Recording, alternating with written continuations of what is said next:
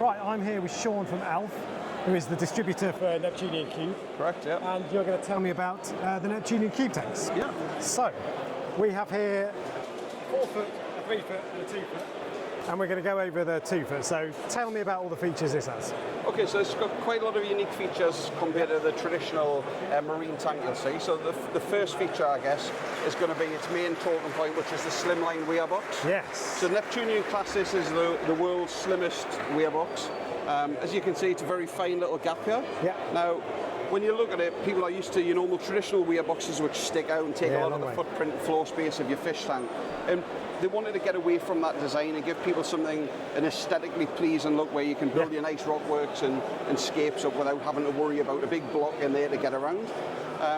They've done it in a little bit of a unique way where all the pipe work and everything is actually ran through the weir box itself, so it's going to be difficult for you to see it on camera, but basically what you have is you have a pipework system that runs in between the sandwich of the glass, allowing the water to then venture through either the surface weir or the substrate weirs at the bottom. That water is then pulled in and then runs up through the weir box system inside and then tracks back down into the return pipe system. So the return pipe itself runs through the sections of glass rather than behind. So that's going to allow you to push the tank right up against the wall without the worry of any leaks or any water penetration behind the tank.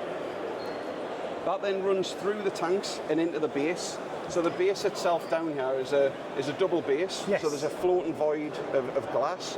A lot of bigger tanks maybe come with double bases. This has it in there. So again, it's another feature for a bit of protection. And the pipework system itself is threaded into the glass base itself. So again, might be a little bit hard for you to see there, but in the bottom layer of glass, all the bulkheads thread straight into the glass pipework system, and then that allows the water to void through it. You have a 32mm return, so like most obviously marine tanks, you've got a 25mm overflow, and then you've obviously got your main return pipe for your flow.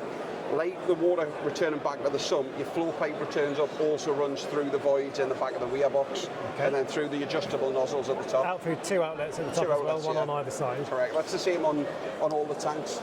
And there are 2 questions you get about these thin weir boxes, aren't they? So it's understandable. Most reef keepers have had weir boxes which are a lot larger looking than this. But yeah, the 2 questions I guess is always 1, how do I clean it, and 2, it's going to block.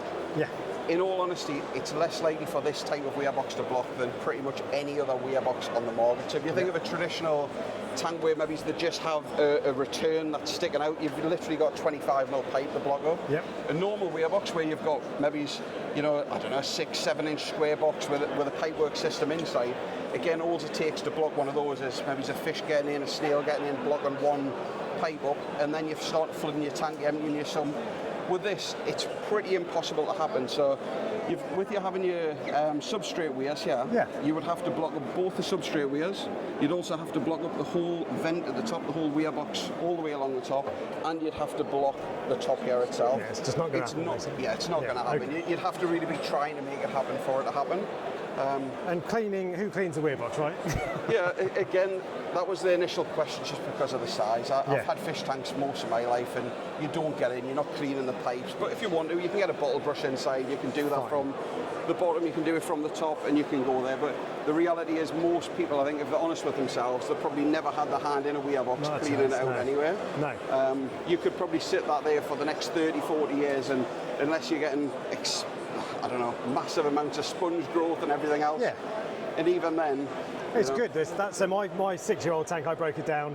It was filled with fibres and sponges. That's good. I want that. Yeah, it's beneficial. And the other thing about is mounting lights on it. That looks like you might struggle with that, but that's not the case, right? Yeah, they've done the design. So with most of the major brands out there on the marketplace, this is a small enough gap for mounting brackets, say they're fit and sandwich right over the top, or fit internal of the weir box and just mount onto the single glass at the back, like most of them do. But yeah, any of the major brands out there, I've seen them fitted on these aquariums. So all brackets, pretty much all brackets will fit on there. You can put any light on you want, and if you've got that looks like a fresh one. But if you had something like this, you can mount it on the tank from the anyway. sides or suspend them if you've got people hanging. That would look really nice with. I'd hang it from the ceiling. It would look lovely, but you can do it from that. I like the hang stuff as well. Yeah. Other features are, so we go down to the floating, whatever this is called.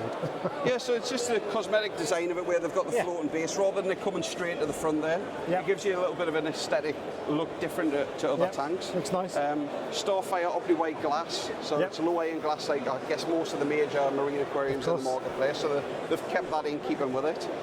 All of the aquariums themselves come with your metal framework cabinet, so it's powder coated aluminium framing, Nice and thick, that's really thick. Yeah, that's solid. Okay. You could jump on that and it's not going anywhere.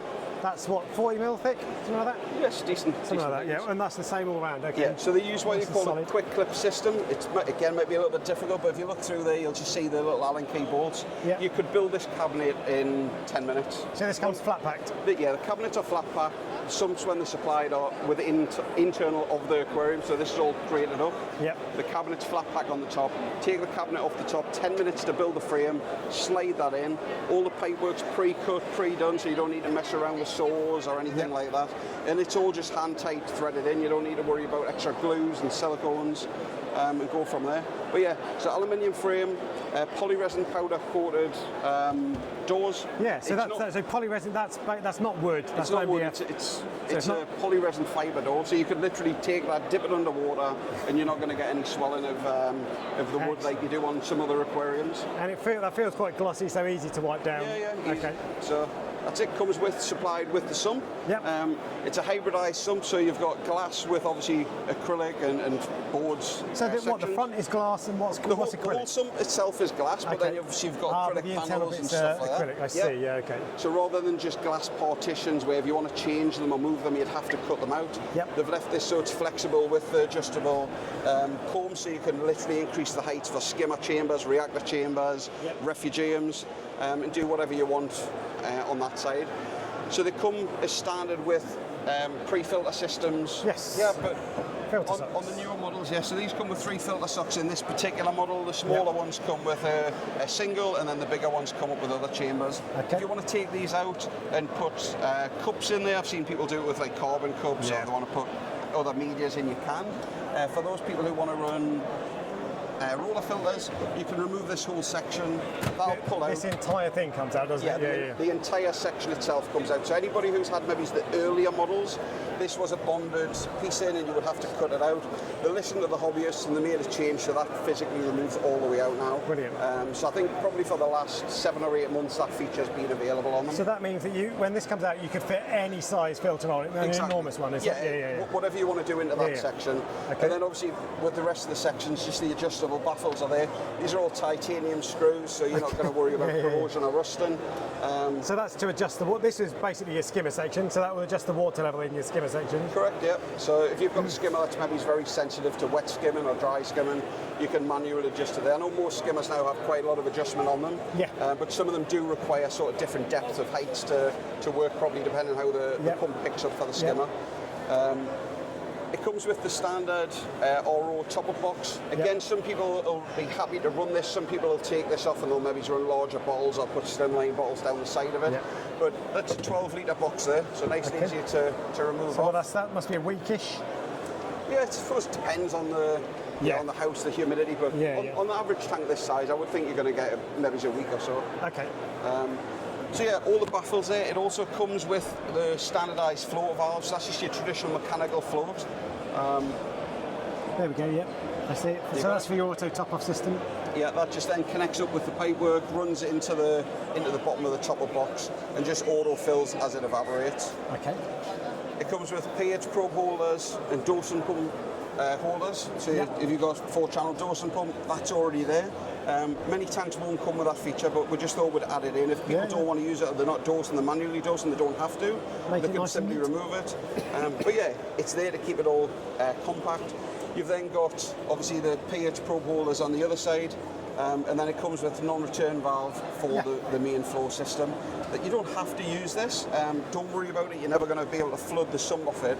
That's just in case people have flow piping in the aquarium where they want to divert more flow and the pipe system ends up underwater. Yep. They'll just stop any back siphon. Okay. But traditional circumstances for the main return, you're never going to drop more than maybe half an inch out the top of the aquarium. And you've got a gate valve for adjusting the flow in the main drain? Yeah, that's right. So there's a nice fine gate valve on there. There we go. Yeah, a lot of people have maybe a ball valve where it's a quick turn and it just, nice and smooth. I guess it moves quarter of a turn at a time. This, you can get a real nice fine tuning on it so you can do a tiny little bit at a time. Indeed, and then you've got a bit of ventilation as well at the back and places for plugs and cables to go out as well. So. That's right. Yeah, the little cabinet as well that they put in here. I don't have one here, but they do a full electronic box if you want as an upgrade, where it fits into the void of the side here, and then it comes out on a rail system and it'll pull out. So if you want to put all the electronics in there, you can keep it away and tucked away from the water. All good. And so sizing. Oh, actually no. So these they come in black or white. So you've got the white ones here, but you can get black as well. Black cabinets. That's right. And what sizes do you get? So we do the 2 foot, 3 foot, 4 foot, which are on display here. And we also do an off-the-shelf 5 foot and 6 foot version as well. Okay. So they all run at the 55 to 55 height, and so the standardised size of the aquarium. Running all the way up to around about 800 litres on the biggest one, down to sort of just under 250 litre for the full system on the smallest. Very nice indeed. I think we might have covered everything. Is there anything that you think we've missed? I don't think so. Support your shops, go out and see them, and I'm sure there's a lot of dealers out there. But yeah, fantastic tank. If you've had a marine tank before, I'm sure you'll love this one. Brilliant. Cheers, Sean. No worries.